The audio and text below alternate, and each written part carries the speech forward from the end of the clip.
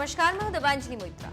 BJP ने जैसे ही शाहीन बाग में होने वाले सीएए विरोधी शहजाद अली को पार्टी में शामिल कराया, आम आदमी पार्टी बीजेपी पर टूट पड़ी, क्योंकि उस वक्त बीजेपी खुद शाहीन बाग में जुटे सीएए विरोधियों के खिलाफ बयानबाजी कर रही थी। यही वजह है कि बीजेपी ने जब शहजाद अली को बीजेपी में शामिल कराया तो आम आदमी पार्टी ने मौका देखते ही बीजेपी पर जोरदार हमला बोल दिया।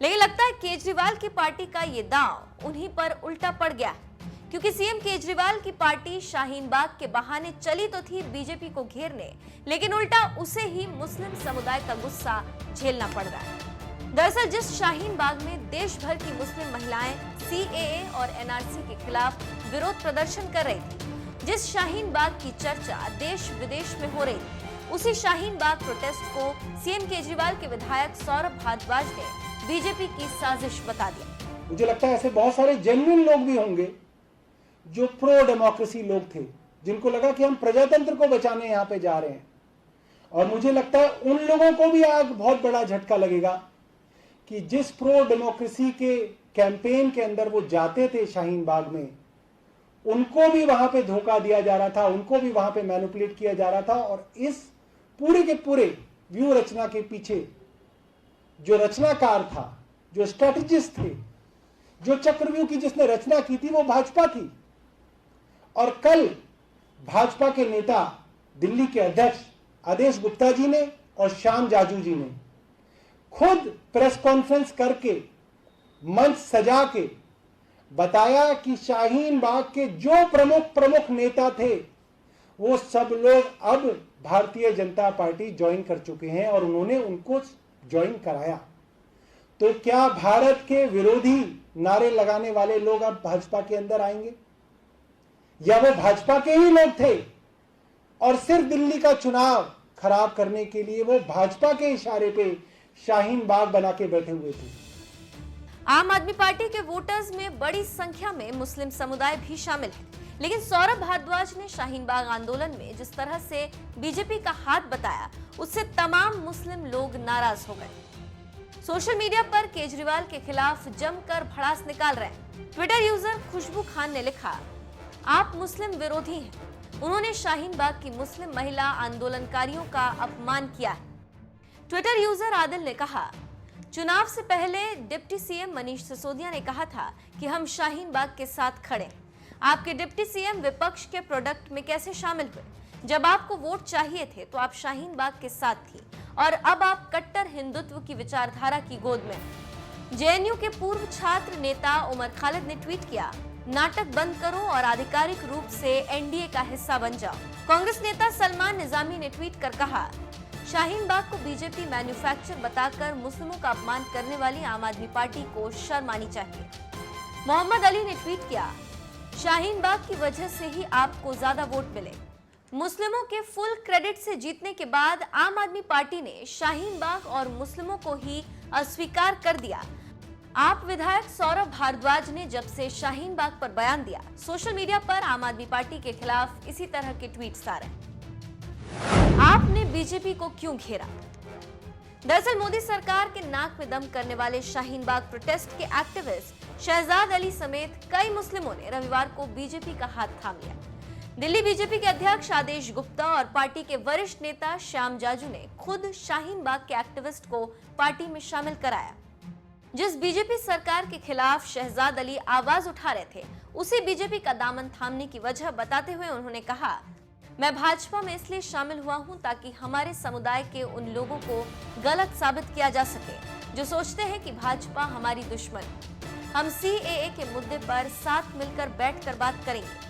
बस इसी वजह से आम आदमी पार्टी ने शाहीन बाग आंदोलन को ही बीजेपी की साजिश बता दिया, जिसकी वजह से तमाम मुस्लिम केजरीवाल सरकार के खिलाफ जमकर भड़ास निकाल रहे हैं। बहरहाल सीएए के खिलाफ जब शाहीन बाग में प्रोटेस्ट चल रहा था, उस वक्त दिल्ली चुनाव के दौरान पीएम मोदी ने क्या कहा, जरा वो भी सुन लेते हैं। भाई और बहनों, हमारे देश के पूर्व प्रधानमंत्री डॉक्टर मनमोहन सिंह जी 10 साल इस देश पर उन्होंने प्रधानमंत्री पद के रूप में राज किया। उन्होंने संसद में कहा था, खड़े होकर कहा था, उसकी वीडियो क्लिपिंग अवेलेबल है। उन्होंने कहा था कि हमें बांग्लादेश से आए उन लोगों को नागरिकता देनी चाहिए जिनका अपनी आस्था की वजह से वहां पर उत्पीड़न हो रहा हो, जो वहां से भाग करके भारत आ रहे हैं। बताइए भाई, ये मनमोहन सिंह जी ने कहा अगर वो मोदी करता है तो मोदी गुनहगार बन जाता है क्या? मोदी किसी का दुश्मन बन जाता है क्या? मोदी किसी का बुरा करने के लिए सोच रहा है क्या? इतना ही नहीं, एक दौर था जब असम के पूर्व मुख्यमंत्री, कांग्रेस के दिग्गज नेता तरुण गोगोई 15 साल मुख्यमंत्री रहे। उन्होंने भी चिट्ठियां लिखा करते थे, असम कांग्रेस प्रस्ताव पास करती थी कि जिन लोगों पर बांग्लादेश में अत्याचार हो रहा है, जो वहां से यहां आ रहे हैं, उनकी मदद की जाए। ये कांग्रेस के मुख्यमंत्री की बातें हैं, ये कांग्रेस पार्टी के प्रस्तावों की बातें हैं। एक समय था जब राजस्थान के मुख्यमंत्री हुआ करते थे अशोक गहलोत, अभी फिर से भी वो मुख्यमंत्री हैं। वो पहले जब मुख्यमंत्री थे तब उन्होंने भी शरणार्थियों के प्रति हमदर्दी के लिए बातें कही थी। वो तो सरकार से मांग करते थे। ये मैं गहलोत, जो कांग्रेस के यहां पर बड़े प्रिय नेता हैं, यहां एक परिवार के, और पहले भी मुख्यमंत्री रहे हैं, और पहले जब मुख्यमंत्री थे तब वो मांग करते थे कि जो हिंदू या सिख पाकिस्तान से भागकर यहां आए हैं उनकी स्थिति सुधारी जाए। लेकिन ये रातों रात बदल गए, वोट बैंक का खतरा लगने लगा। वो सारी हमदर्दी, मैं हैरान हूं, आज उनके पेट का दर्द बन गई है। जो कल तक हमदर्दी थी वो खुद के लिए दर्द क्यों बन गई? साथियों, आज दीदी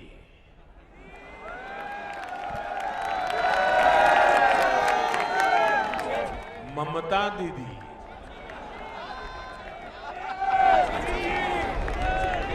अब देखो भाई खेल, ममता दीदी सीधी सीधी दीदी सीधी कोलकाता से यूएनओ पहुंच गई, संयुक्त राष्ट्र संघ पहुंच गई।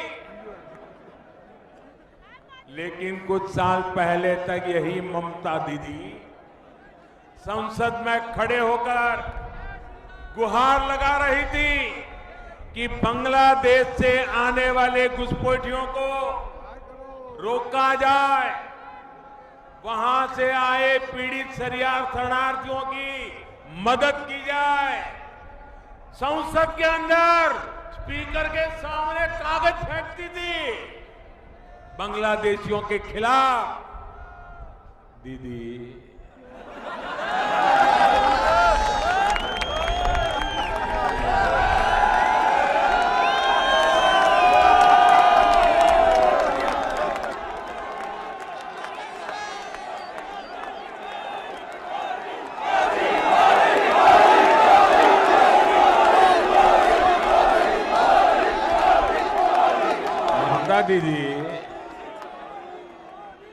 दीदी अब आपको क्या हो गया? आप क्यों बदल गई? आप क्यों अफवाह फैला रही हो? अरे चुनाव आते हैं जाते हैं, सत्ता मिलती है चली जाती है, इतनी डरी क्यों हो रे? बंगाल की जनता पे भरोसा करो। बंगाल की जनता से आपका विश्वास क्यों उठ गया है? बंगाल के नागरिकों को आपने दुश्मन क्यों मान लिया है? आपको याद होगा कुछ साल पहले कोलकाता के बाहर रेगुलर आर्मी का काम होता है देश के अलग अलग भागों में, उनकी एक ड्रिल होती है। वो ट्रैफिक की क्या स्थिति है, कभी परिस्थिति पैदा हुई और आर्मी को मूव करना पड़े तो रोड ट्रैफिक, ये सारा वो रेगुलर उनका ड्रिल होता है। वो एक बार बंगाल में कर रहे थे, दीदी ने तूफान खड़ा कर दिया कि मोदी की सेना बंगाल पे आ गई है। क्या हो गया है रे भाइयों बहनों, आज वो नागरिकता कानून पे सवाल उठा रही है। खैर, आपकी दिक्कत समझ में आती है, यहां बैठे हुए लोग भी समझते हैं। आप किसका विरोध और किसका समर्थन कर रही हो, ये पूरा हिंदुस्तान भली भांति देख रहा है। साथियों, आज जिस वामपंथ को भारत की जनता नकार चुकी है, जो अब दुनिया में से सिकुड़ते सिकुड़ते कुछ कोने में रह गए हैं, जो अब समाप्ति पर है, उसी के दिग्गज, ये भी जरा देख लीजिए, ये कम्युनिस्ट पार्टी के दिग्गज, उनके नेता प्रकाश कारंती ने कहा था कि धार्मिक उत्पीड़न की वजह से बांग्लादेश से आने वालों को मदद की बात उन्होंने भी की थी। आज जब इन्हीं लोगों के राजनीतिक दल धार्मिक उत्पीड़न की वजह से भारत आए शरणार्थियों को नागरिकता देने से मना कर रहे हैं, तो इनका असली चेहरा भी देश के लोगों के सामने आ रहा है। उस समय की हमदर्दी सिर्फ और सिर्फ बहाना था, वोट बैंक की राजनीति थी। देश की जनता के साथ बोला गया सफेद झूठ था, पक्का झूठ था। सच्चाई यही है कि ये लोग सिर्फ और सिर्फ वोट बैंक की राजनीति कर सकते हैं। अपने इसी वोट बैंक के लिए ये राजनीतिक दल लगातार लोगों को भड़का रहे हैं, अफवाहें फैला रहे हैं, नई नई अफवाहें गढ़ रहे हैं। एक टीवी वाले को तो उसके एक महाशय ने हिसाब लगा दिया कि एनआरसी में कितना खर्चा होगा, कितना खर्चा कहां जाएगा, देश के कितने स्कूल। अरे जो है ही नहीं, ये दिमाग खाए खपा रहे हो रे, क्यों लोगों को अफवाह फैला के मूर्ख बना रहे हो। यहां दिल्ली के लोग तो देख चुके हैं कि कैसे बस जलाने के मामले में एक नाता अफवाह फैलाने का काम किया, दिल्ली पुलिस तक को कटघरे में खड़ा कर दिया। भाइयों और बहनों, ये ऐसे लोग हैं जिनको, ये भी जरा समझ लो, देश का पढ़ा लिखा नौजवान मेरी इन बातों को जब सुनेगा और जो मैं बातें करता हूं उनकी जांच पड़ताल करेगा, तो आज जो अफवाहें फैलाई हैं, जो भ्रम फैलाया गया है, उसके खिलाफ देश का नौजवान भी खड़ा हो जाएगा। भाइयों बहनों, ये लोग,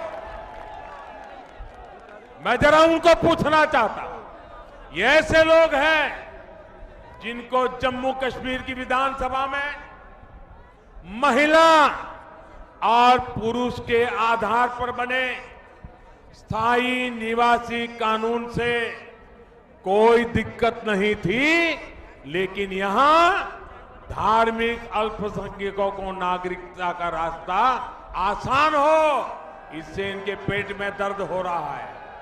आज जो पार्टियां यहां शोर मचा रही है, वो 2004 में कहां थी, जब वहां की सरकार ने कहा कि राज्य से बाहर के निवासी से शादी करने पर जम्मू कश्मीर की बेटियों की वहां की नागरिकता खत्म हो जाएगी, तब तुम कहां थे?